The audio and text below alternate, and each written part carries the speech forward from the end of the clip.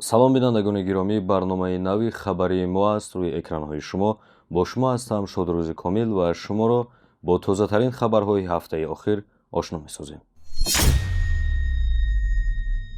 депорт ва ё ихроҷи 5-солаи 18 000 муҳоҷирони тоҷик аз қаламрави Русия. гуфта мешавад, аксари онҳо зодагони Тоҷикистон, Қазоқистон ва Қирғизистон мебошанд. дар соли 2024 18 000 муҳоҷир аз Тоҷикистон, Узбекистон ва Қирғизистон аз шаҳри Москав ихроҷ карда шуданд, ки нисбат ба соли 2023 6 000 кас бештар ба ҳисоб меравад. дар ин бора хабаргузори ТАСС хабар дода навиштааст, ки муҳоҷирон барои вайрон кардани қоидаҳои вуруд ва иқомат дар Федератсияи Русия аз Москва хориҷ карда шуданд. дар соли 2023 ин шумора тақрибан 12 000 нафарро ташкил дода буд, навиштааст ин хабаргузорӣ. ба гуфтаи манбаъ, аз ҳама бештар шаҳрвандони Ӯзбекистон, Тоҷикистон ва Қирғизистон ихроҷ шуданд. дар байни онҳо шаҳрвандони кишварҳои Латвия, Фаронса ва Эстония низ хеле зиёданд. ҳамаи хориҷшудагон аз ҷониби суд гунаҳкор дониста шуданд. мувофиқи қонун, онҳое ки депорт ва ихроҷ карда шуданд аз қаламрави Русия наметавонанд муддати 5 сол ба Русия баргарданд. ба иттилои расмӣ, танҳо дар 6 моҳи соли гузашта 17 000 муҳоҷирони тоҷик аз Русия берун карда шуданд.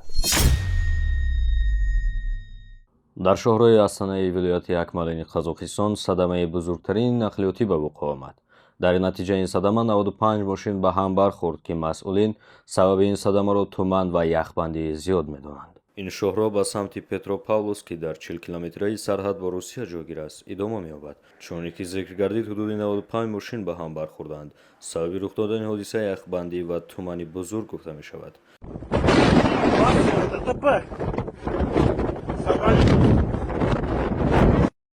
айни замон мутаассифона дар дасти мо маълумоти муфассал атрофи зарардидагон ва қурбониёни ин ҳодиса чандон зиёд нест ва мо кӯшиш мекунем атрофи ин ҳодиса боз ба шумо дар наворҳои баъдӣ маълумоти муфассал пешниҳод созем. шаби соли нав дар шаҳри Хуҷанд ҳангоми кафондан ва ё сар додани салютҳо мутаассифона салютҳо ба болои издиҳоми мардум афтид, ки ин боиси захмӣ гардидани якчанд нафар гашта сару садоҳои зиёдеро дар шабакаҳои иҷтимоӣ ба бор овард.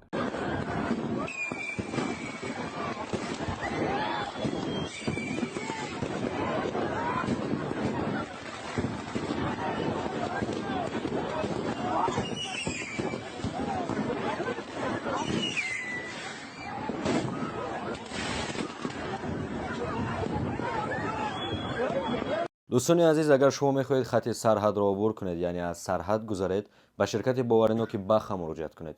рақамҳо дар рӯи экранҳои шумо. бинобар номусоиди обу ҳаво, имрӯз дар роҳи Анзоб садамаи нақлиётӣ ба вуқӯъ омад, ки дар он ду мошини боркаш ба ҳам бархӯрданд. мувофиқи маълумотҳои ба дастомада, яке аз ронандаҳо мутаассифона ба ҳалокат мерасад. аз тамоми ронандагон хоҳиш менамоем безарурат ба роҳ набароянд ва ҷони худу наздиконро дар хатар нагузоранд.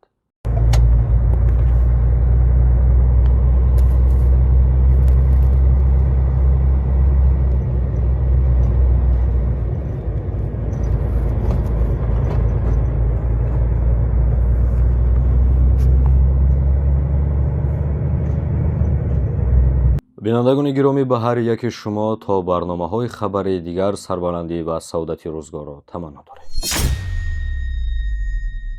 агар шумо хоҳиши омӯхтани забонҳои хориҷиро доред, пас ба саҳифаи Dej Academia, ки силкаашро инҷо гузоштем, метавонед дар омада обуна шавед ва аз хабару навгониҳои зиёд ҳамарӯза огоҳ шавед.